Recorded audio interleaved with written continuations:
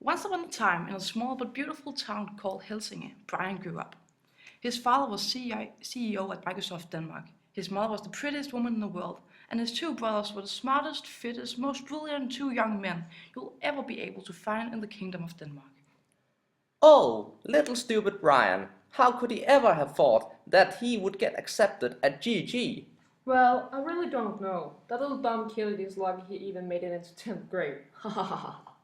Oh, but it must be difficult for him knowing that he will never be as smart, brilliant, and fit as us. You know, it's not just overnight you become the most respected, admired person in all the N-Wing. And neither is easy to be the hottest, most incredible looking guy ever at GG. I go to the gym twice a day. The two arrogant brothers kept praising themselves, their favorite activity, for the next couple of hours. Eventually, they ended up talking about the hottest chick of the school, the princess if you want. Her name was Anastasia, and absolutely every guy in the school praised her to the skies, but she was picky. Yo, that must be the girl for me. If she wants me, then she wants me. If you don't, I want her anyway. To Brian's and every other guy hopelessly in love with Anastasia's great luck, that night the castle of Gigi invited to the famous ball party with guests. Brian's two brothers spent hours in front of the mirror making the absolute best of themselves, so this could finally be the night where Anastasia would notice them. Of course, with his new interest in this mysterious princess, Brian decided that he definitely should make his presence as well. Father, you must give us your finest cars. We shall be at GG tonight. I will prefer the Bentley, if you don't mind. Oh, my perfect sons. Of course I will give you just the car you want. You must enter with the style and class your mother and I have raised you to. And off they went. Your father, but bro, I want to go to the party as well. Give me a car for fuck's sake. Ha ha! As I would give you, the family's disgrace, an expensive car. Well, if you want, then I will drive to GG on my scooter.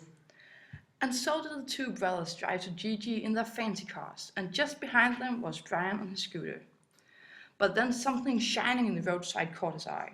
He stopped the scooter, that he, by the way, had chewed real Græsted style.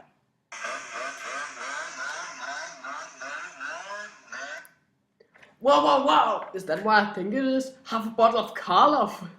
And so he picked it up and put it in the giant inner pocket in his long, oversized Canada Goose jacket.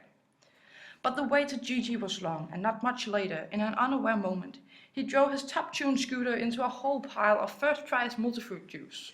What a score! This truly is my lucky day. There's no way that chick Anastasia ever's gonna turn me down on such a glorious lucky day. And so he picked up the least damaged multi-juice and drove again. Not long afterwards, he stopped again. Hey, who would ever throw away this? It's only half smoked. This is half a perfectly fine cigarette. And he picked it up and put it in the back pocket of his jeans. Unfortunately, the long road was harsh on his scooter, so just as he drove by Helsinki station, it stopped and died. And Brian knew that it had been a last ride on that scooter. Oh, it was a piece of shit anyways. But still, I think I'm gonna light my cigarette in condolences. And so he did, as he walked the rest of the way to GG, where, in the same moment, his brothers made their entrance. Hey guys! We all made it! Now let's party!